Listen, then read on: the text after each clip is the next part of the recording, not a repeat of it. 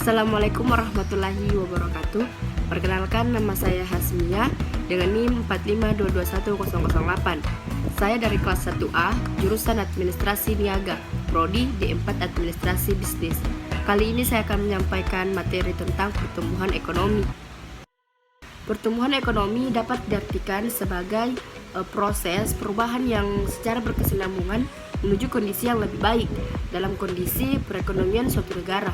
Selama ini, banyak negara yang sedang berkembang telah berhasil menunjukkan suatu laju pertumbuhan ekonomi yang cukup tinggi. Tapi masih banyak permasalahan pembangunan yang belum terpecahkan, seperti tingkat pengangguran, tingkat pelayanan kesehatan, tingkat pendidikan, dan sekelompok kecil penduduk yang kaya cenderung semakin kaya. Namun sebagian besar penduduk tetap masih bergelut dengan kemiskinan. Dalam perkembangannya hingga saat ini, banyak teori yang muncul untuk menjelaskan siklus pertumbuhan ekonomi sekaligus faktor-faktor untuk menjelaskan pengaruh yang meningkatkan pertumbuhan ekonomi menurut para ahli. Berikut diantaranya: ada teori aliran historis, teori klasik, teori neoklasik, dan teori modern. Pada teori aliran histori ini, ia merupakan proses perkembangan pertumbuhan ekonomi yang masyarakatnya mulai dari tahapan prasejarah sampai tahapan industri. Dalam teori ini ada beberapa ahli yang berpendapat. Itu yang pertama ada Friedrich, Karl Bucher, Werner Sombart, dan Walt Whitman Rostow. Menurut Friedrich, ia menyebutkan bahwa ada 4 pertumbuhan ekonomi. Yang pertama itu masa berburu dan mengembara, masa berternak dan bertani, masa bertani dan kerajinan, serta kerajinan industri dan perdagangan. Sedangkan menurut Karl Bucher itu mendefinisikan pertumbuhan ekonomi itu berdasarkan pada hubungan produsen dan konsumen. Menurut ahli Werner Sombart, ia berpendapat ada 4 pertumbuhan ekonominya.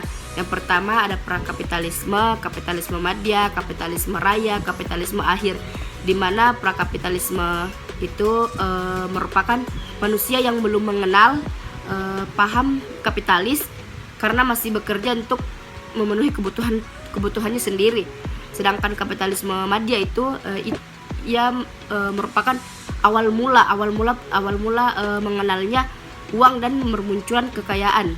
Sedangkan kapitalisme raya itu pemilik modal yang bermunculan dan diarahkan untuk memperoleh keuntungan sebesar-besarnya. Sedangkan kapitalisme akhir itu merupakan kesenjangan kaum kaum kapitalis dan kaum buruh yang melahirkan kaum sosialis untuk mewujudkan kemakmuran bersama. Dan yang terakhir, menurut Walt Whitman Rostow, ia membagi perekonomian itu ada 5 tahap. Yang pertama ada masyarakat tradisional, prasyarat lepas landas, dan perekonomian matang, serta tahap konsumsi massal tingkat tinggi.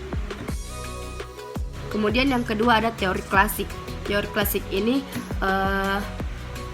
memiliki 2 ahli yang berpendapat. Yang pertama ada Adam Smith dan David Ricardo, yang dimana Adam Smith itu menjelaskan pertumbuhan ekonomi itu merupakan salah satu teori klasik yang mencapai titik maksimum dengan sistem liberal yang melibatkan 2 unsur, yaitu pertumbuhan ekonomi penduduk dan output. Sedangkan menurut David Ricardo, ia mengkritik pendapat Adam Smith yang mengemukakan bahwa pertambahan jumlah penduduk akan berakibatkan pada limpahannya tenaga kerja hingga upah akan menurun. Nah, dalam teori neoklasik ini dikembangkan oleh 3 tokoh. Yang pertama ada Robert Solow, Hardo Donat, dan Joseph Schumpeter. Di mana Robert Solow itu mengatakan bahwa pertumbuhan ekonomi dapat meningkatkan bila ada pertumbuhan output yang dapat dicapai apabila modal dan tenaga kerja itu dikombinasikan. Sedangkan menurut Harold Donner itu yang berpendapat bahwa pembentukan modal merupakan faktor penentu pertumbuhan karena menyebabkan perekonomian yang mampu menyediakan output produksi yang lebih besar. Sedangkan menurut Joseph Schumpeter itu yang mengemukakan pada pertumbuhan ekonomi itu disebabkan oleh adanya inovasi,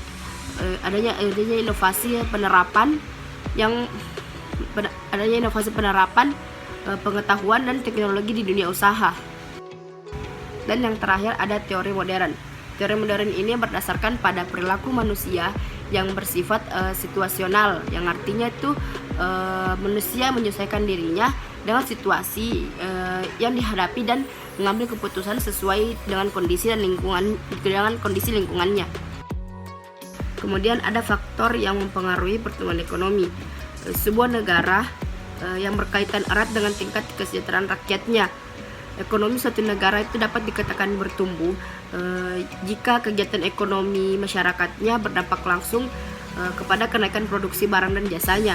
Ada 5 faktor yang mempengaruhi pertumbuhan ekonomi. Yang pertama ada sumber daya manusia, sumber daya alam, ilmu pengetahuan dan teknologi, budaya, dan sumber daya modal. Selain faktor yang mempengaruhi pertumbuhan ekonomi, ada pula faktor yang menjadi penghambat pertumbuhan ekonomi. Yang pertama ada rendahnya akses kesehatan dan pendidikan, kurangnya infrastruktur yang diperlukan, tidak adanya kepastian investasi, kondisi politik yang tidak stabil, dan korupsi. Dalam pertumbuhan ekonomi juga terdapat ciri-ciri. Yang pertama adanya laju pertumbuhan penduduk dan produk per kapita yang sangat cepat. Yang kedua, perkembangan produktivitas masyarakat. Yang ketiga, pertumbuhan tingkat struktural yang melesat. Dan yang keempat, tingkat urbanisasi yang tinggi, adanya ekspansi pada negara maju, dan yang terakhir terjadi arus barang, modal, dan manusia di berbagai negara. Nah, bagaimana dengan hubungan antar ekonomi internasional?